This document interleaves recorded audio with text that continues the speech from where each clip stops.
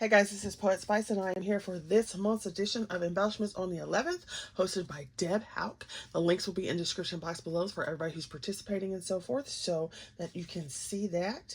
And I'm just going to show you what I created. So, I had purchased this kit from, I don't even know, who is this by? Vicky, I want to say Vicky Boughton, but I'm not sure. Let me look at the paper, then we can tell. Well, anyway, okay, it was Spellbinders. Here you go.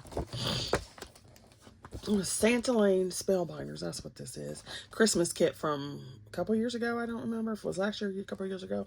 And so I didn't use any of the papers, but I did use like these ephemera bits and stuff that they have. So there were a bunch of packets like these, and I just opened them up and I put them in this, I just put everything in this clear bag so that it would have everything together and easily accessible.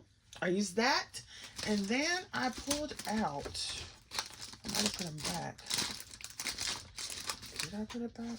I pulled out dies that I have from Spellbinders.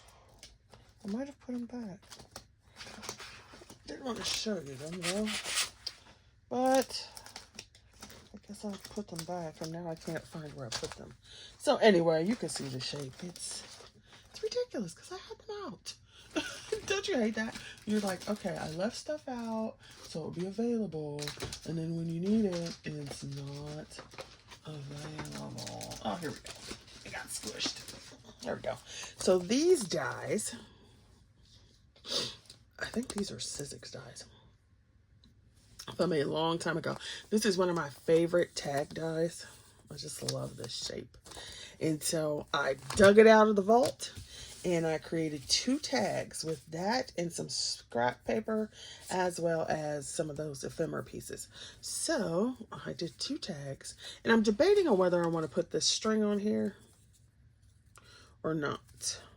I think it looks okay here, but what I want is some gold thread, and I don't have any.